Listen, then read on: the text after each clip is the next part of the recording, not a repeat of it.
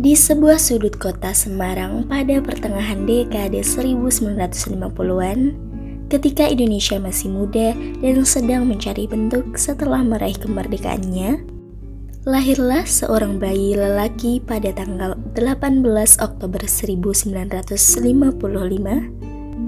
Ia diberi nama Muhammad Warsianto, anak pertama dari pasangan suami istri sederhana yang hidup dalam ritme kota pesisir yang bergulir pelan namun dinamis.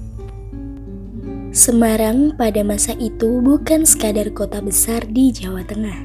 Ia adalah persilangan perdagangan, budaya, dan mobilitas sosial. Jalur kereta masih menjadi nadi transportasi, pelabuhan sibuk oleh kapal-kapal barang, dan aroma tembakau dari gudang-gudang di pinggiran kota menjadi latar keseharian yang akrab.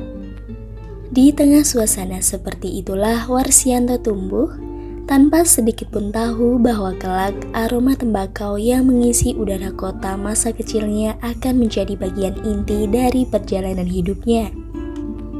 Sebagai anak sulung dari 8 bersaudara, Warsianto tumbuh dalam tanggung jawab, kedisiplinan, dan kedewasaan yang datang lebih cepat dibandingkan anak-anak lain seusianya. Rumahnya ramai oleh suara adik-adik yang berlarian, oleh tugas-tugas rumah tangga yang tak pernah habis, dan oleh pola pengasuhan orang tua yang mengajarkan kerja keras sebagai modal hidup paling penting. Peran sebagai putra pertama membuatnya terbiasa mengambil keputusan kecil, mulai dari menjaga adik, membantu ibu, mengawasi rumah, hingga mendampingi ayah mengurus berbagai keperluan keluarga. Dari sinilah muncul 3 sifat yang kelak membuatnya unggul di dunia profesional. Kepekaan terhadap detail, kemampuan memimpin secara natural, dan keberanian untuk bertanggung jawab atas hasil akhir. Ia tumbuh bukan sebagai anak yang bising atau keras kepala, melainkan sebagai sosok yang tekun, pendiam, dan lebih suka mengamati sebelum berbicara. Sebuah karakter yang kelak menjadi fondasi saat ia harus bekerja dengan bahan-bahan sensitif seperti tembakau, komoditas yang hanya bisa dipahami oleh orang-orang sabar, teliti, dan penuh rasa ingin tahu. Masa kecilnya di Semarang membentuk horizon pemikiran yang luas. Kota itu mempertemukannya dengan beragam lingkungan, masyarakat kampung yang komunal, sekolah yang disiplin, hingga perjumpaan dengan pedagang dan pekerja dari berbagai daerah. Semarang yang bertaut dengan budaya Jawa, Arab, Tionghoa, dan Eropa menjadi semacam laboratorium sosial. Di masa remajanya, kota berkembang pesat. Pabrik, bengkel, dan industri rumahan tumbuh seperti jamur. Pelabuhan Tanjung Emas menjadi saksi keluar masuknya barang, termasuk tembakau, cengkeh, dan berbagai komoditas lain yang kelak memainkan peran penting dalam hidupnya. Meski keluarganya bukan keluarga akademisi, Warsianto memiliki naluri pembelajar yang kuat. Ia tertarik pada ilmu-ilmu teknik, mesin, dan cara kerja sesuatu. Ia suka membongkar barang untuk tahu bagaimana benda itu berfungsi, dan sejak SMP dan SMA, ia dekat dengan pelajaran eksakta dan menunjukkan kecerdasan yang menonjol dalam matematika serta logika mekanis. Setelah melewati masa SMA dengan prestasi yang cukup baik, Warsianto mengambil keputusan untuk merantau lebih jauh ke Bogor. Tahun 1975, ia resmi diterima di Institut Pertanian Bogor, salah satu perguruan tinggi paling bergengsi di negeri ini. Jurusan yang dipilihnya mungkin tidak populer pada zamannya, namun sangat mencerminkan arah pikirannya, yaitu teknologi mekanisasi pertanian. Jurusan ini menuntut ketekunan, disiplin, serta ketertarikan terhadap mesin, proses, dan efisiensi, semua karakter yang sudah melekat padanya sejak kecil. Bogor pada pertengahan 1970-an adalah lingkungan yang menghijau, dingin, dan penuh dinamika intelektual. Di kampus inilah Warsianto bertemu teman-teman baru dari seluruh Indonesia, belajar bekerja dalam tim, mengasah kemampuan analisis, memahami struktur industri agrikultur, mengembangkan pola pikir ilmiah, menguji, menganalisis, dan memperbaiki. Tak ada satupun yang membayangkan bahwa pengetahuannya tentang mekanisasi, proses produksi, dan logika industri pertanian kelak menjadi pondasi penting ketika ia bekerja di industri rokok. Sebuah bidang yang sangat mengandalkan pemahaman proses bahan baku, mesin produksi, serta riset dan pengembangan. Perantauan ini juga melatih kemandiriannya. Hidup jauh dari keluarga besar membuatnya berdiri di atas kaki sendiri.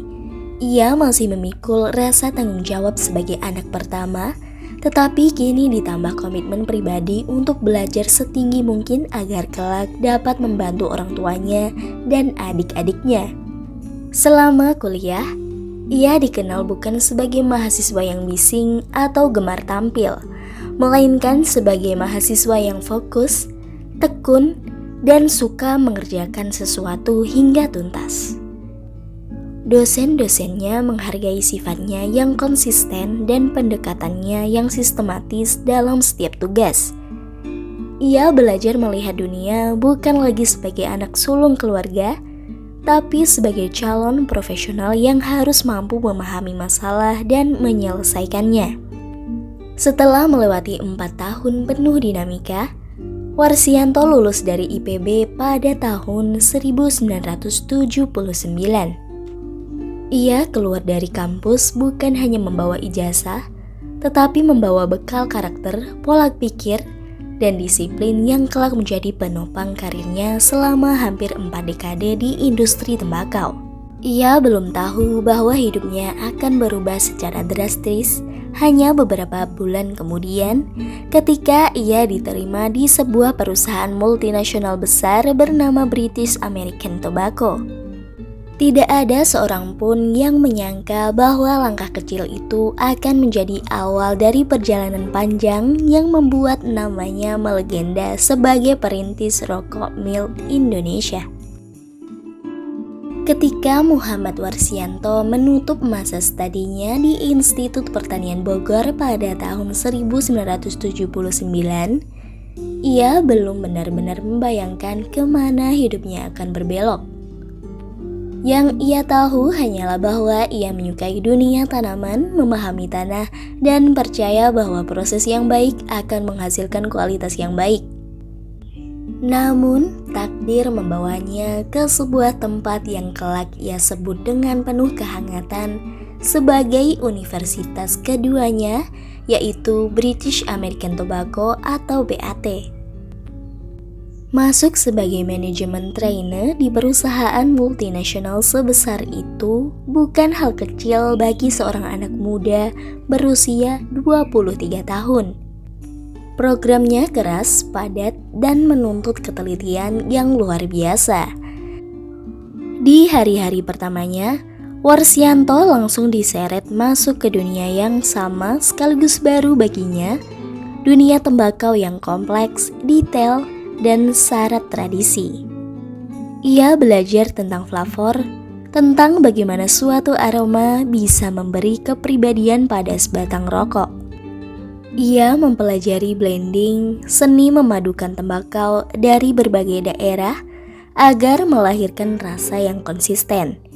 Ia masuk ke ruang asesmen produk, mencatat reaksi indera pada setiap perubahan kecil dalam formula. Ia dipaksa memahami logika pemasaran dan penjualan untuk membentuk cara pandang bahwa sebuah racikan, betapapun sempurnanya, tidak berarti apa-apa jika tidak memahami kepada siapa ia ditujukan. Pelatihan sekomprehensif itu membuat Warsianto merasa seperti kembali menjadi mahasiswa. Bedanya, kali ini ia belajar langsung dari praktik lapangan, bukan lagi dari buku teks. Tak lama berselang, perusahaan mengirimnya jauh dari ruang kelas dan kantor pusat. Penugasan pertamanya membawanya ke Bali, sebuah lanskap yang memadukan keindahan alam dengan kerja keras para petani tembakau.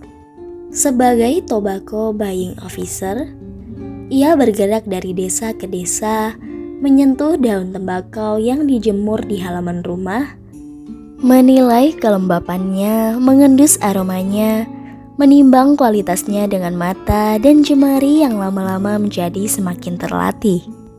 Pagi-pagi sekali ia sudah berjalan menembus embun, memeriksa hasil panen dan berbincang dengan para petani yang menggantungkan hidupnya pada cuaca dan tanah. Dari mereka, Warsianto belajar kejujuran kualitas, bahwa daun terbaik tidak pernah lahir dari proses yang tergesa-gesa. Bali menanamkan rasa hormat pada awal mula sebuah produk, sesuatu yang tidak pernah ia temukan di bangku kuliah. 2 tahun kemudian, ia dikirim ke Lombok, tempat yang lebih keras dan lebih sederhana.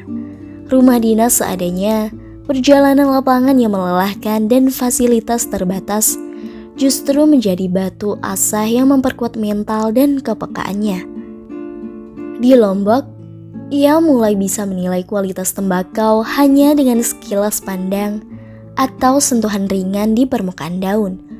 Pengalaman-pengalaman itu menstabilkan karakternya dan mengasah intuisi seorang evaluator bahan baku. Jika Bali mengajarinya hati, maka Lombok memberinya ketangguhan. Pada tahun 1982, BAT memanggilnya kembali ke Semarang, kota kelahirannya. Namun kali ini ia pulang bukan sebagai mahasiswa atau anak rumahan, melainkan sebagai tobacco blending officer, posisi yang membawanya untuk pertama kalinya masuk ke ruang inti dunia tembakau, laboratorium racikan. Di ruangan itu yang selalu dipenuhi aroma tembakau dari berbagai daerah, Warsianto mulai menapaki jalan yang kelak membuat namanya begitu dihormati. Ia mengamati bagaimana satu jenis tembakau bisa memberi sensasi manis di akhir tarikan, sementara jenis lain memberi karakter kuat di awal. Bagaimana kadar air sekecil apapun mampu mengubah pengalaman merokok, bagaimana suhu, tekanan, dan waktu mempengaruhi sebuah kombinasi. Di luar jam kerja, ia sering melakukan eksperimen sendiri, mencoba formula baru, mengubah sedikit persentase komposisi, mencatat hasilnya dengan disiplin yang hampir obsesif. Ia mulai memahami bahwa racikan bukan sekadar campuran bahan, melainkan keputusan artistik yang mempertimbangkan keseimbangan, struktur rasa, dan pengalaman konsumen. Disinilah dia menemukan panggilan hidupnya menjadi seorang peracik. 3 tahun setelahnya, pada 1985, ia dipindahkan ke Jakarta dan diangkat menjadi Product Development Manager. Peran ini membawanya ke tingkat pemahaman yang lebih strategis. Ia tidak hanya memikirkan daun tembakau atau racikan, tetapi juga melihat keterhubungannya dengan lini produksi, pasar, preferensi konsumen, dan arah perusahaan. Ia mulai merasakan bahwa pekerjaannya bukan lagi semata soal tembakau, tetapi tentang membangun produk yang memiliki jiwa, karakter, dan arah. Kota besar ini, Warsianto untuk pertama kalinya memahami bahwa seorang peracik harus mampu melihat seluruh ekosistem industri, dari petani hingga pasar, dari daun kecil hingga strategi jangka panjang perusahaan. Dalam 9 tahun karirnya di BAT, ia melewati seluruh lapisan struktur industri tembakau. Ia menyentuh tanah di kebun-kebun petani, mencium aromanya ketika masih mentah, merasakan teksturnya saat diuji kualitasnya, hingga meracik dan mengembangkan produk jadi. Ia belajar dari bawah, naik perlahan ke posisi yang memerlukan ketajaman analisis dan wawasan strategis, Tidak banyak orang yang memiliki pandangan menyeluruh seperti ini. Pengetahuan end-to-end dari hulu hingga hilir. Ketika akhirnya masa 9 tahun itu berakhir pada 1988, Warsianto bukan lagi lulusan muda yang sedang mencari arah. Ia telah menjadi seorang peracik matang, seorang formulator dengan pemahaman mendalam tentang tembakau dan industri yang menggitarinya. Ia tidak tahu bahwa pintu lain sedang terbuka, pintu menuju panggung besar yang akan membuatnya menjadi legenda. Ia hanya tahu satu hal, ilmu yang ia bawa dari BAT adalah fondasi kokoh yang akan mengubah wajah industri rokok Indonesia dalam tahun-tahun berikutnya. Tahun 1988 menjadi titik belok yang akan mengubah jalan hidup Muhammad Warsianto selamanya. Usianya baru 33 tahun, usia yang bagi sebagian orang masih tahap awal karir, tetapi bagi Warsianto adalah masa ketika keahliannya telah matang, terasah oleh 9 tahun bekerja di lingkungan British American Tobacco. Di saat itulah sebuah panggilan datang, panggilan yang akan membawanya keluar dari lingkaran perusahaan multinasional dan masuk ke dunia baru yang sama sekali berbeda, dunia kretek, dunia Sampurna. Putra Sampurna yang pada waktu itu baru beberapa bulan kembali ke Indonesia setelah bertahun-tahun menempuh pendidikan dan karir di Amerika Serikat. Sedang mencari seseorang yang lebih dari sekadar teknisi atau analisis. Ia butuh sosok yang memahami industri tembakau dari akar hingga pucuk. Seseorang yang sanggup menciptakan produk yang tidak hanya enak dirasakan, tetapi juga punya identitas dan masa depan. Saya mencari orang yang bisa bicara dengan daun tembakau. Begitu kurang lebih kata Putra dalam banyak cerita dari orang-orang yang hadir di ruang pertemuan kecil itu. Dan nama yang direkomendasikan kepadanya terus bermuara pada Warsianto. Pertemuan pertama mereka di Jakarta berlangsung sederhana, tanpa formalitas berlebihan. Putra duduk di seberang, menatap pria muda yang wajahnya tenang dan penuh percaya diri itu. Mereka berbicara tentang tembakau, tentang perkembangan industri sigaret di dunia, tentang perubahan selera konsumen, tentang tren milk cigarette yang mulai mencuat di Amerika. Warsianto menjelaskan pendekatan ilmiah yang ia pelajari di BAT. Sementara Putra membicarakan visi kreatif dan idealisme keluarga Sampurna. Dua dunia yang berbeda namun saling melengkapi bertemu sore itu. Tak butuh waktu lama, Putra Sampurna langsung memutuskan Warsianto harus bergabung. Ia ditunjuk sebagai Head of New Product Development, satu jabatan yang kedengarannya besar, tetapi pada kenyataannya saat itu tidak memiliki struktur, staf, bahkan meja khusus. Departemen pengembangan produk baru belum ada, yang ada hanyalah ide, mimpi, dan ruang kosong yang menunggu untuk diisi.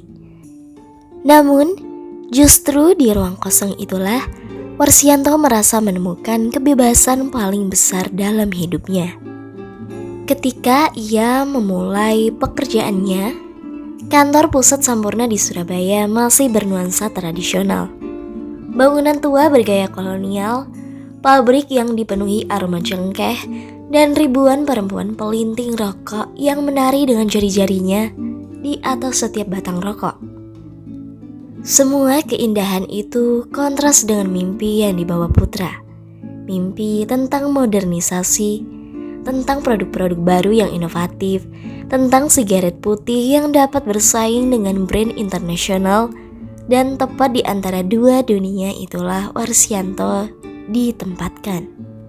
Tugas pertamanya sangat sederhana, sekaligus sangat monumental, yaitu membangun divisi dari nol.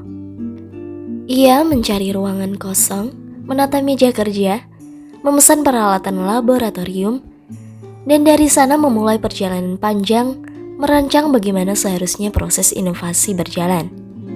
Ia merekrut orang-orang muda yang masih polos namun penuh semangat, mengajari mereka cara bekerja dengan presisi, menanamkan filosofi bahwa racikan bukan sekadar formula, tetapi janji kualitas. Di ruang kecil itu, hari-hari dipenuhi aroma tembakau, kertas uji, catatan percobaan, dan diskusi panjang yang sering melewati tengah malam. Tidak ada birokrasi kaku seperti di perusahaan multinasional. Tidak ada komite panjang untuk menyetujui sesuatu. Putra hanya memberi satu pesan, berkreasilah sebebasnya. Saya ingin kamu menciptakan kategori baru, bukan meniru. Kebebasan itu terasa seperti angin segar bagi Warsianto. Setelah bertahun-tahun bekerja dengan aturan sangat ketat di BAT, kini ia memasuki dunia di mana imajinasi dihargai. Ia bisa bereksperimen dengan bahan baku, mencoba pendekatan blending yang lebih artistik, mengolah rasa sesuai insting, bahkan merancang rokok dari sudut pandang pengalaman, bukan sekadar standar pabrik. Setiap pagi, ia memulai hari dengan mencicipi sampel racikan baru. Mengambil satu batang, menyalakannya, menghirup aromanya, lalu menuliskan kesan pertama, kedua, dan ketiga. Sore harinya, ia kembali menilai rasa yang sama setelah rokok berumur beberapa jam, untuk memahami bagaimana karakter tembakau berubah sepanjang waktu. Ini bukan sekadar pekerjaan, ini ritual, sebuah proses internalisasi yang membentuk kepekaan rasa yang legendaris kelak. Putra sering datang ke ruangannya hanya untuk bertanya, "Apa yang kamu temukan hari ini?" Percakapan mereka bukan tentang angka penjualan, tetapi tentang filosofi produk. Apakah rasa ini akan diterima orang muda? Apakah karakter ini punya identitas? Apakah racikan ini bisa menjadi bahasa baru di tengah industri yang stagnan? Di tahun-tahun awal itulah fondasi inovasi Sampurna mulai terbentuk. Warsianto tidak hanya membuat racikan, ia membangun kultur. Ia menanamkan pada timnya bahwa produk harus lahir dari intuisi, ilmu, dan keberanian untuk menantang kebiasaan lama. Ia mengajarkan disiplin untuk mencatat setiap detail, namun juga kebebasan untuk menyimpang saat insting mengatakan ada sesuatu yang menarik untuk dicoba. Dan tanpa disadari, langkah-langkah kecil di ruangan sempit itu sedang menuju sebuah titik sejarah. Titik yang kelak melahirkan produk yang paling revolusioner dalam industri rokok Indonesia. Titik yang akan mengubah masa depan perusahaan, bahkan masa depan Warsianto sendiri. Namun, pada tahun 1988 itu, Warsianto belum mengetahui besarnya gelombang yang ia bangun. Ia hanya tahu satu hal, ia akhirnya berada di tempat yang memberinya ruang untuk mencipta, bukan sekadar mengikuti. Di Sampurna, ia merasa lahir kembali sebagai peracik, sebagai inovator, sebagai pelukis rasa. Pada penghujung dekade 1980-an, ketika industri rokok Indonesia masih berdiri teguh pada tradisi rasa yang pekat dan karakter kretek yang kuat, sebuah perubahan diam-diam sedang disiapkan dari ruang laboratorium kecil di kompleks pabrik HM Sampurna. Di sanalah Muhammad Warsianto yang baru setahun bergabung, dari diberi kepercayaan penuh sebagai kepala pengembangan produk baru, mulai merajut sesuatu yang pada saat itu belum pernah dibayangkan oleh siapapun di negeri ini. Sejak hari pertamanya, diberi wewenang membangun departemen baru, Warsianto merasakan ruang gerak yang belum pernah ia dapatkan sebelumnya. Di BAT, Ia adalah bagian dari mesin besar yang tertib dan konservatif. Di Sampurna, terutama setelah Putra Sampurna kembali dari Amerika dan membawa angin modernisasi, ia menjadi pionir yang justru diminta melampaui batas. Ruangan yang menjadi markas kecilnya perlahan dipenuhi aroma tembakau dari berbagai daerah. Harum manis Temanggung, karakter lembut Lombok, dan kekuatan Madura yang khas. Di atas meja kayu berlapis kaca, puluhan catatan formula berserakan hasil dari percobaan yang tampaknya tak ada habisnya. Di ruangan itulah ide tentang rokok ringan, sebuah konsep yang di Indonesia terdengar nyaris tak masuk akal, mulai mendapat tubuh. Warsianto sudah mengamati pergeseran budaya sejak beberapa tahun sebelumnya. Para pekerja muda di kota-kota besar mulai menginginkan sesuatu yang lebih lembut, lebih modern, lebih bersih. Rokok dengan tar dan nikotin rendah sudah berkembang jauh di luar negeri. Namun di Indonesia, gagasan itu dianggap tak mungkin berhasil. Orang-orang masih percaya bahwa perokok Indonesia hanya menyukai rasa kuat. Namun, Warsianto melihat celah yang tidak disadari orang lain. Ada generasi baru yang tumbuh dengan preferensi berbeda. Generasi yang menginginkan rasa yang halus, namun tetap memiliki karakter kretek. Ia menghabiskan berbulan-bulan untuk meracik formula yang tepat. Setiap kali sampel baru siap, ia akan menyalakannya, mengisap perlahan, lalu memejamkan mata untuk merasakan lapisan-lapisan rasa yang muncul. Rekan-rekan sering melihatnya seperti itu, berdiri dalam keheningan sambil memegang sebatang rokok pendek, menimbang rasa bukan sebagai pekerja pabrik, tetapi sebagai seorang seniman. Baginya, rokok bukan sekadar produk, rokok memiliki kepribadian, dan tugasnya adalah menemukan versi terbaik dari karakter itu. Tak ada yang mudah dari proses tersebut. Setiap perubahan kecil pada komposisi tembakau, entah persentase Virgiana dari Jember atau kadar topping beraroma tertentu, bisa menghasilkan profil rasa yang sama sekali berbeda. Kadang, ia harus memulai dari awal karena satu nada rasa tidak harmonis. Justru dalam proses itulah Warsianto menemukan ruang untuk memadukan semua ilmu yang ia bawa dari BAT, buying, blending, flavor assessment, marketing, hingga pemahaman mendalam tentang konsumen. Semua menyatu dalam satu titik tumpu, menciptakan rokok yang belum pernah ada di Indonesia. Pada suatu sore di akhir 1989, seluruh rangkaian panjang eksperimen itu akhirnya menemukan bentuknya. Formula final disetujui, produksi awal selesai, dan strategi komunikasi yang mengusung citra modern, putih bersih, minimalis, dan siap dijalankan. Pada 19 Desember 1989, produk Amil resmi diluncurkan. Tidak ada pesta besar, tidak ada selebrasi berlebihan, tetapi di kalangan tertentu di Sampurna, terasa bahwa hari itu adalah awal dari sesuatu yang jauh lebih besar daripada sekadar peluncuran produk baru.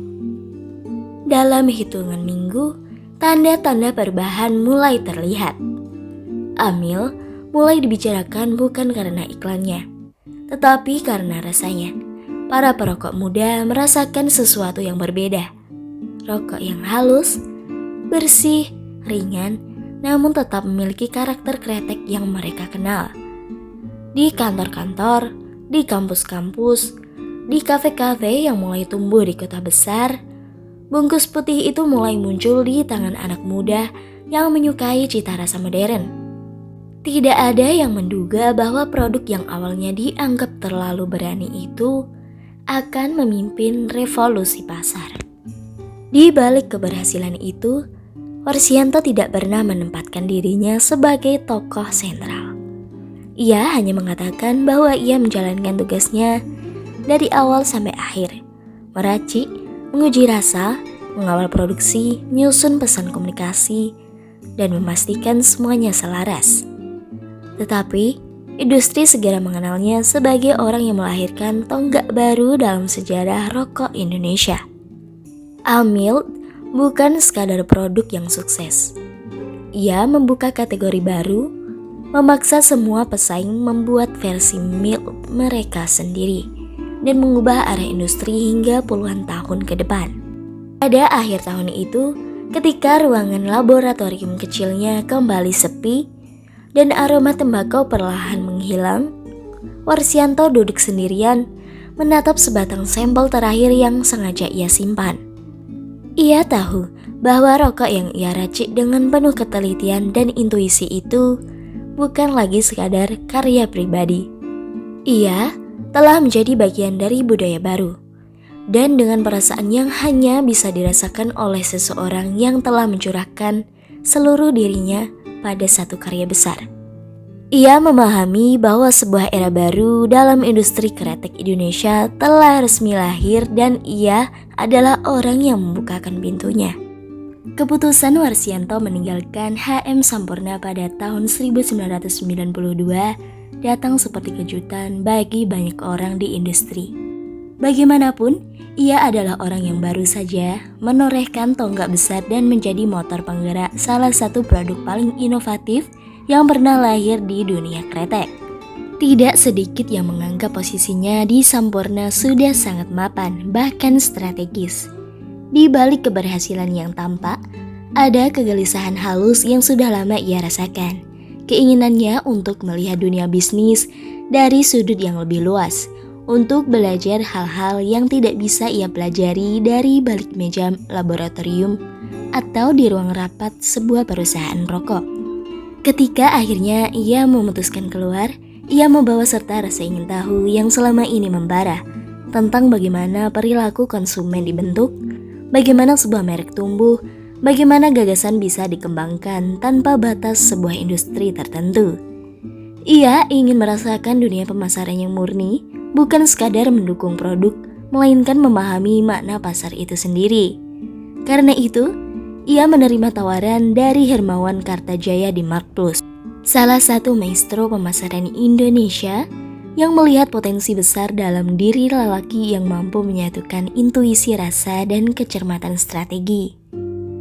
Di Mark Plus, Warsianto seperti kembali menjadi mahasiswa. Ia belajar lagi tentang segmentasi, pergeseran budaya konsumsi, perilaku kelas menengah yang mulai membentuk diri pada awal 1990-an, dan bagaimana sebuah merek menciptakan identitas sosial. Ia mendengar teori, mengamati kasus, dan berdiskusi dengan perspektif yang sama sekali berbeda dari kehidupannya sebagai peracik rokok.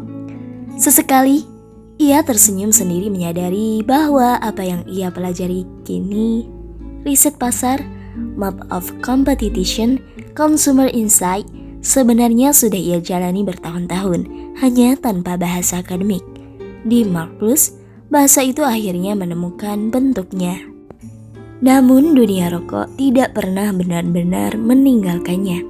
Nama Warsianto yang melambung lewat Amil membuat banyak perusahaan terus mengawasi langkahnya. Mereka tahu bahwa di balik wajah yang tenang itu tersembunyi kemampuan yang langka, seseorang yang bisa menghubungkan hulu dan hilir industri tembakau, dari petani hingga strategi iklan, dari formulasi rasa hingga positioning merek. Ia bukan hanya peracik, ia arsitek produk. Tak lama kemudian, tawaran resmi datang dari Bentol Prima. Bagi Bentol, yang kala itu sedang mencari terobosan besar, Warsianto bukan sekadar kandidat ideal. Ia adalah satu-satunya orang yang memiliki rekam jejak menciptakan produk milk yang benar-benar berhasil. Mereka ingin sesuatu yang bisa menandingi Amil, bahkan kalau bisa menggesernya dari pusat panggung. Warsianto menerima tawaran itu dan pada tahun 1995, ia kembali ke industri yang telah membentuknya sejak muda. Tetapi, Kali ini ia kembali dengan perspektif baru, lebih matang, lebih strategis. Ia masuk bukan sebagai peracik di laboratorium, melainkan sebagai general manager pemasaran, posisi yang memberinya kendali penuh atas arah sebuah merek sejak dari benih gagasan. Sejak awal, ia melihat peluang yang belum disentuh kompetitor. Rokok Milt untuk segmen menengah yang lebih besar, lebih luas, lebih berani. Ia memahami bahwa pasar Indonesia tidak hanya terbagi antara kelas atas dan bawah. Ada ruang besar di tengah yang sedang tumbuh cepat. Merek Milt untuk mereka harus ringan tetapi tetap berkarakter, modern tetapi tetap terasa Indonesia, dan terpenting adalah harga yang terjangkau. Dari ide besar itu, Warsianto mulai merancang produk dari akar terdalamnya. Ia kembali ke ruang blending yang selalu bisa ia kuasai. Ia merumuskan rasa yang lebih membumi dibanding Amilt dengan profil yang lebih lembut, namun tetap memiliki identitas. Sementara di luar ruang produksi, ia merancang positioningnya, sebuah Milt yang tampil lebih fun, lebih bebas, lebih dekat dengan gaya anak muda era pertengahan 90-an. Hasilnya pada 5 September 1996, dunia rokok Indonesia menyaksikan kelahiran sebuah merek baru, yaitu Star Milt. Tagline-nya Losta Masta, terdengar nyeleneh, lain dari kebiasaan industri rokok yang biasanya formal dan tradisional. Iklan-iklannya berani, energik, dan dipenuhi semangat anak muda kota yang gemar musik, nongkrong, dan mencari identitas mereka sendiri. Semua itu adalah cerminan langsung dari pemikiran Warsianto. Sejak peluncuran, Star Milt langsung menggebrak pasar. Rasanya diterima, harganya mendekati daya beli segmen menengah, dan citranya benar-benar berbeda dari Amilt. Perlahan tapi pasti, merek ini tumbuh menjadi salah satu kekuatan baru. Kurva penjualannya naik tajam dari tahun ke tahun, hingga pada masa Warsianto meninggalkan Bentol, Star Milt mencapai penjualan sekitar 5,5 miliar batang per tahun. Angka yang membuat banyak eksekutif industri mengernyitkan dahi sekaligus mengakui keberanian strategi Bentol. Dan untuk kedua kalinya dalam hidupnya, Warsianto membuktikan sebuah hal yang jarang dimiliki seorang profesional, yaitu kemampuan melahirkan produk yang bukan hanya sukses, tetapi membentuk kultur baru di pasar. Jika Amilt adalah revolusi pertama yang memperkenalkan Indonesia pada konsep rokok ringan, maka Star Milt adalah revolusi kedua, redefinisi Milt untuk publik yang lebih luas. Di balik kesuksesan itu, Warsianto tetap seperti dirinya yang dulu, tenang, fokus, dan tidak terburu-buru mengklaim apapun. Baginya, proseslah yang membentuk hasil. Dan ketika Star Milt akhirnya berdiri tegak di tengah pasar dan menjadi pesaing serius Amilt, produk yang pernah ia ciptakan sendiri, ia hanya tersenyum kecil. Hidup memang lucu. Terkadang kita harus menciptakan lawan bagi karya kita sendiri. Pada awal tahun 2001, setelah perjalanan panjang melintasi berbagai perusahaan dan 2 kali melahirkan produk yang mengguncang industri, Warsianto sampai pada sebuah titik perenungan. Dunia rokok telah memberinya banyak hal, pengalaman yang luas, reputasi yang dihormati, dan kebebasan intelektual untuk mencipta. Tetapi ada satu hal yang pelan-pelan terasa menjauh, yaitu rumah. Selama bertahun-tahun, ia hidup berpindah-pindah dari kota besar ke kota industri, dari ruang blending ke ruang rapat, dari laboratorium ke studio iklan. Sementara itu, keluarga besarnya, orang tuanya yang menua, dan saudara-saudaranya tetap berada di Jawa Tengah. Kerinduan itu semakin jelas terasa setiap kali ia pulang sebentar ke Semarang dan kembali lagi ke ibu kota. Kerinduan bukan hanya pada kota, tetapi pada ritme hidup yang lebih tenang, lebih dekat dengan tanah yang membersihkannya.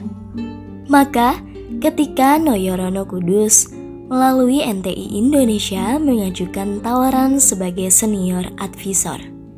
Ia melihat sesuatu yang tidak ia temukan dalam proposal pekerjaan lain. Kesempatan untuk pulang. Kudus hanya 1 jam perjalanan dari Semarang. Baginya, itu berarti makan siang di rumah orang tua, berbincang lebih lama dengan keluarga, dan menjalani hidup dengan ritme yang kembali selaras. Noyorono sendiri bukan nama asing di industri. Dikenal dengan produk Mina Jinggo dan identitasnya sebagai perusahaan keluarga yang kuat berakar di Kudus.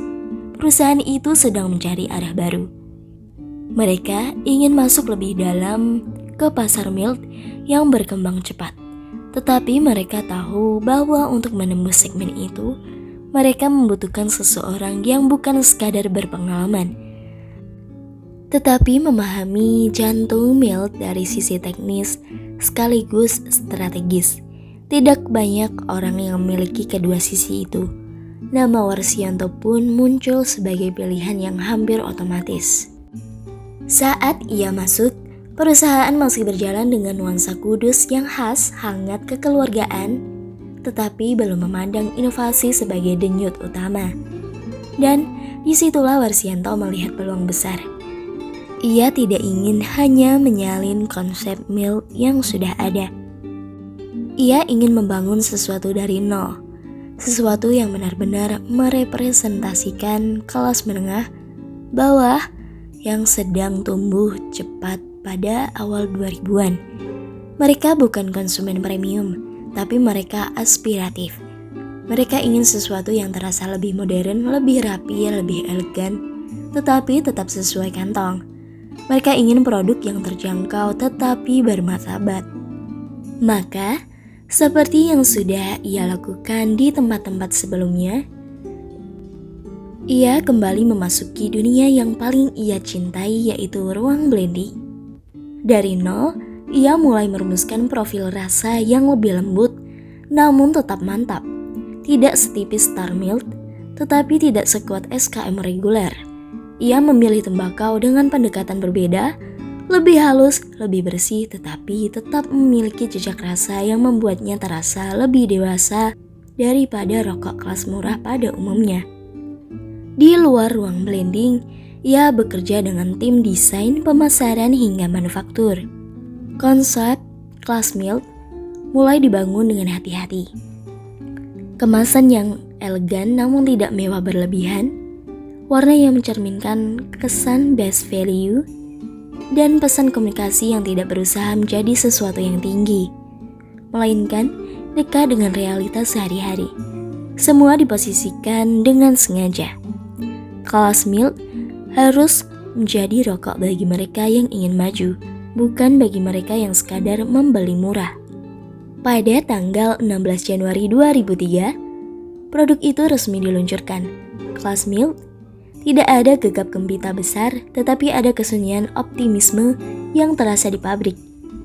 Warsianto berdiri mengamati kotak-kotak pertama yang keluar dari lini produksi. Mengeluh salah satunya seakan itu adalah karya seni yang akhirnya selesai setelah perjuangan yang panjang.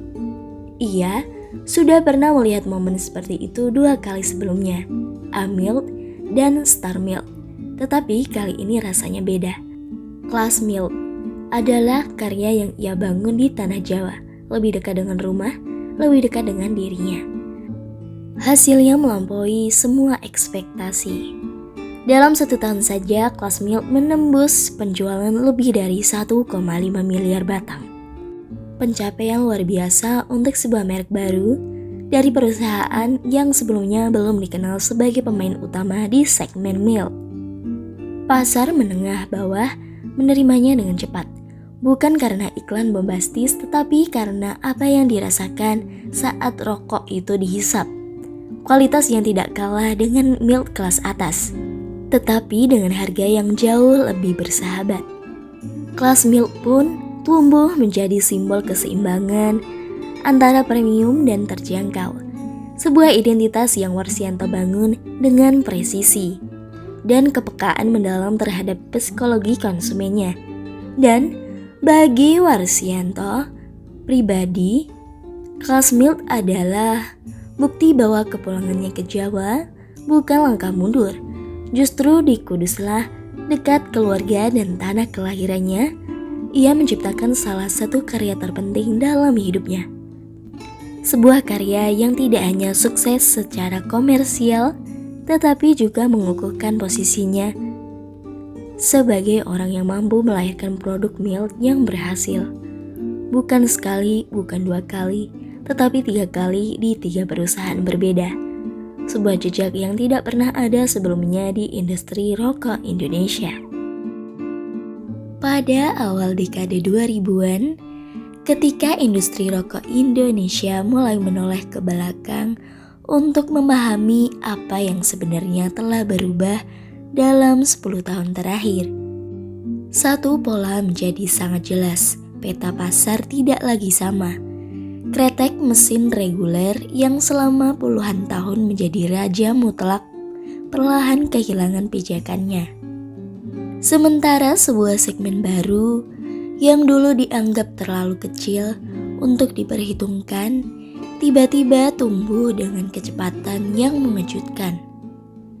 Segmen itu bernama Milk, dan di pusat perubahan tersebut berdiri satu nama yang sulit dihindari, adalah nama Muhammad Warsianto. Apa yang membuat perubahan ini begitu fundamental bukan semata-mata pertumbuhan angka penjualan, melainkan cara segmen Milk itu dibangun. Ia tidak muncul sebagai satu produk tunggal yang kebetulan sukses, tetapi sebagai ekosistem yang lengkap, berlapis, dan tersegmentasi dengan rapi. Tanpa banyak disadari, Warsianto telah membagi pasar milk Indonesia ke dalam 3 kelas sosial yang berbeda, masing-masing dengan bahasa, rasa, dan identitas sendiri. A-Milk yang lahir pertama kali pada penghujung 1989 diposisikan sebagai simbol masa depan.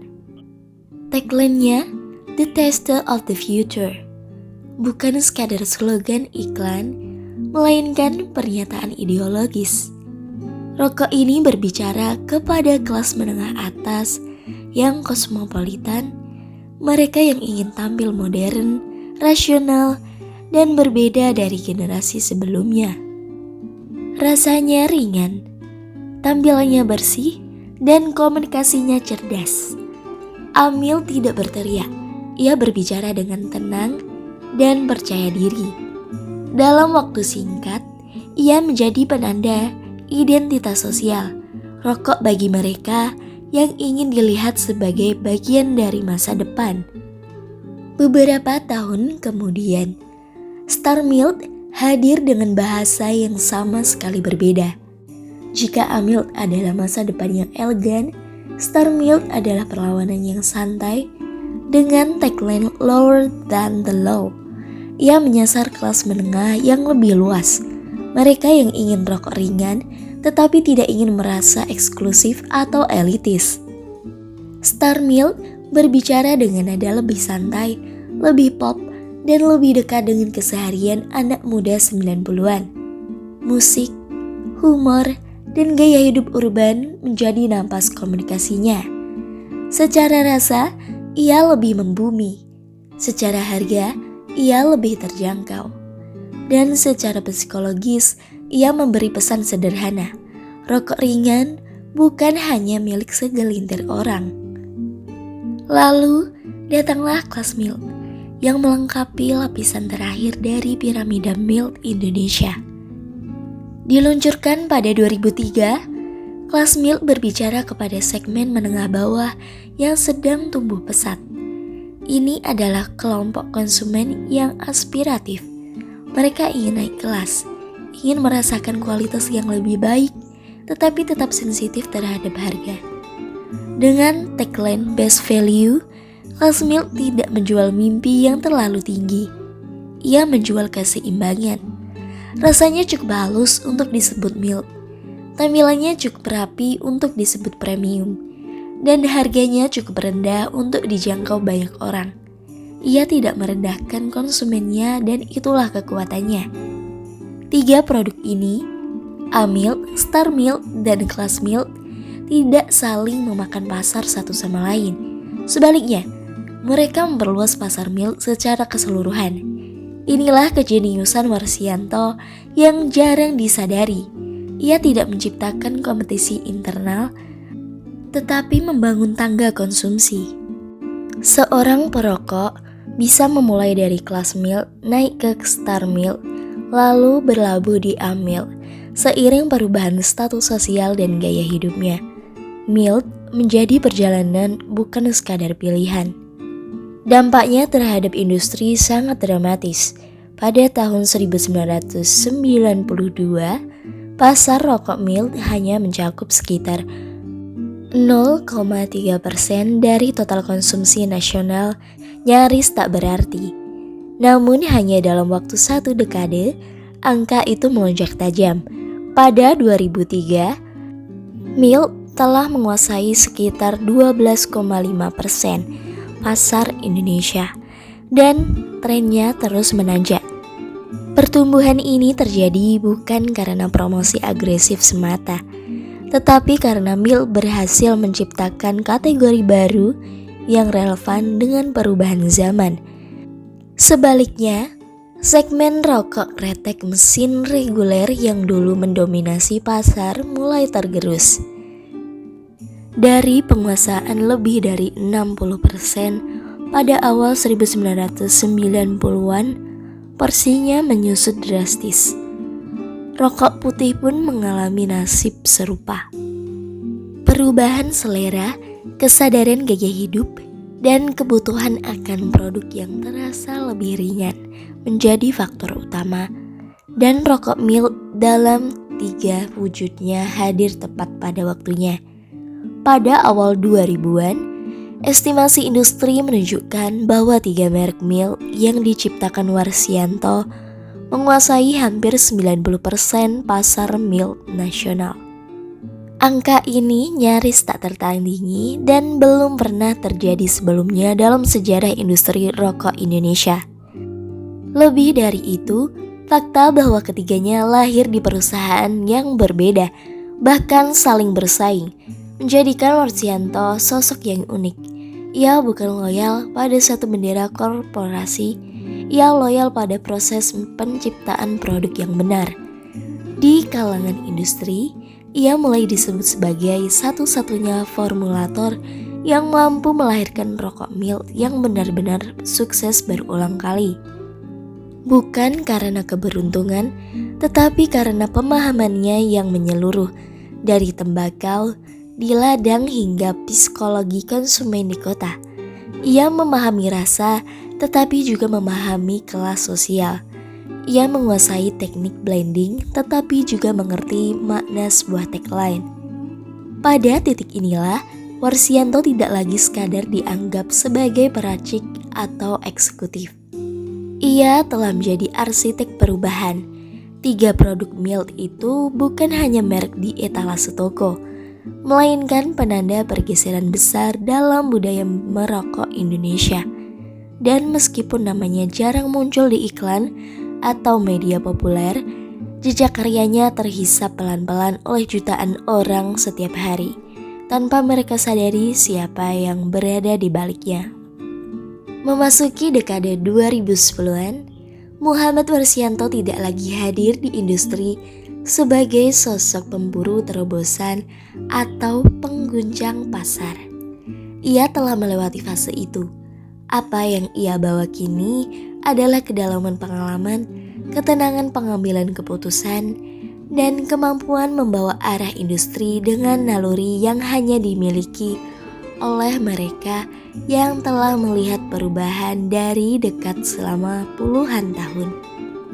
Ketika Wismilak mengajaknya bergabung, keputusan itu terasa seperti pertemuan 2 entitas yang telah matang. Sebuah perusahaan keluarga yang ingin bertransformasi dan seorang peracik legendaris yang memahami bagaimana perubahan seharusnya dilakukan tanpa merusak akar.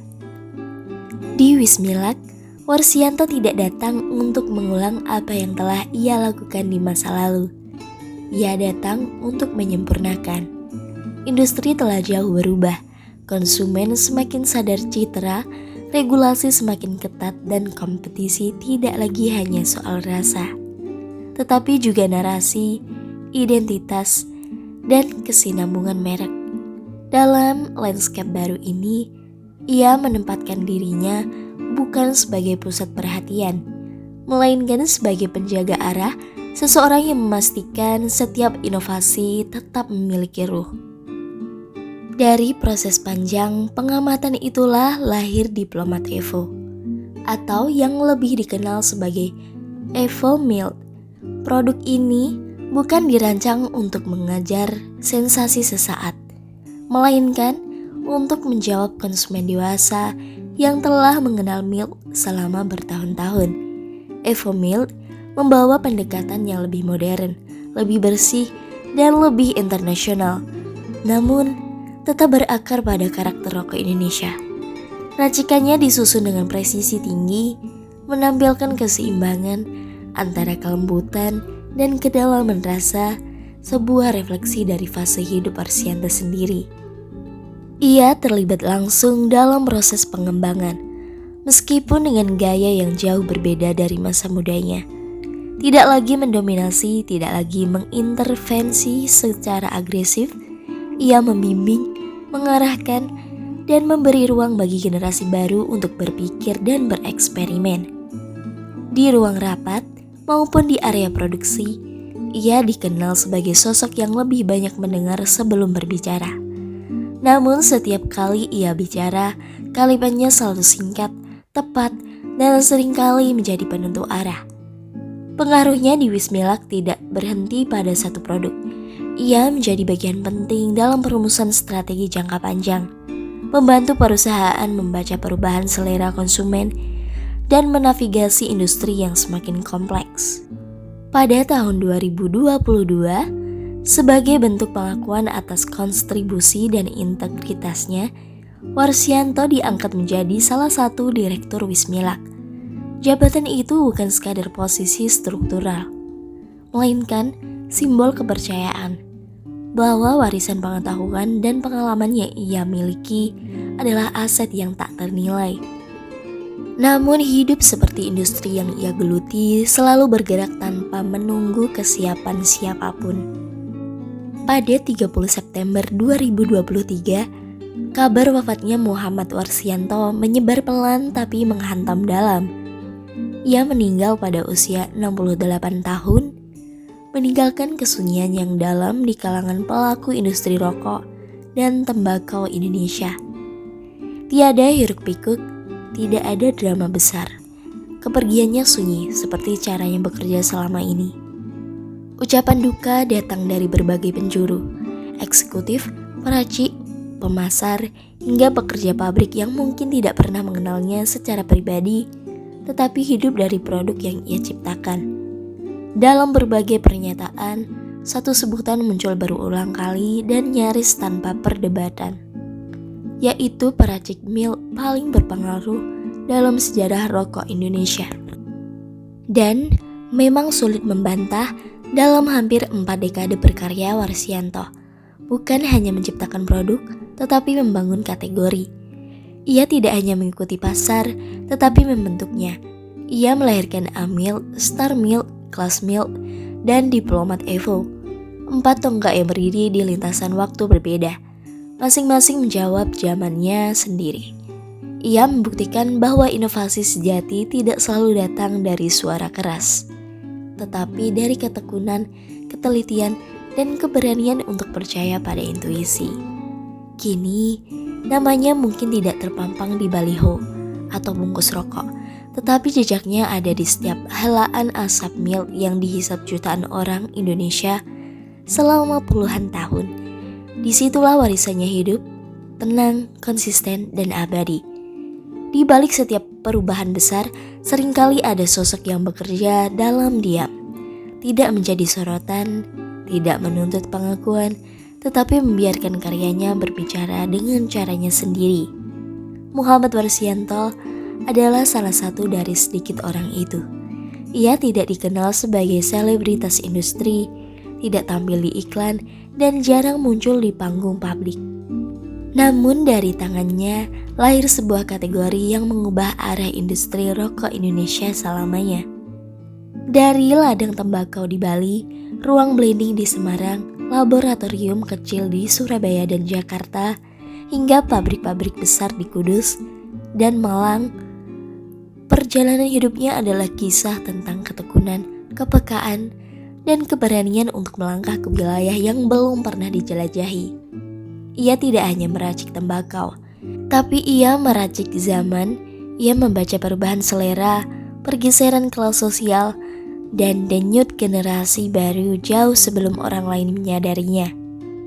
Jika Anda merasa kisah ini memberi perspektif baru, membuka wawasan, atau sekadar mengajak Anda merenung tentang bagaimana perubahan besar sering lahir dari ketekunan yang sunyi, jangan ragu untuk menekan tombol like sebagai bentuk apresiasi.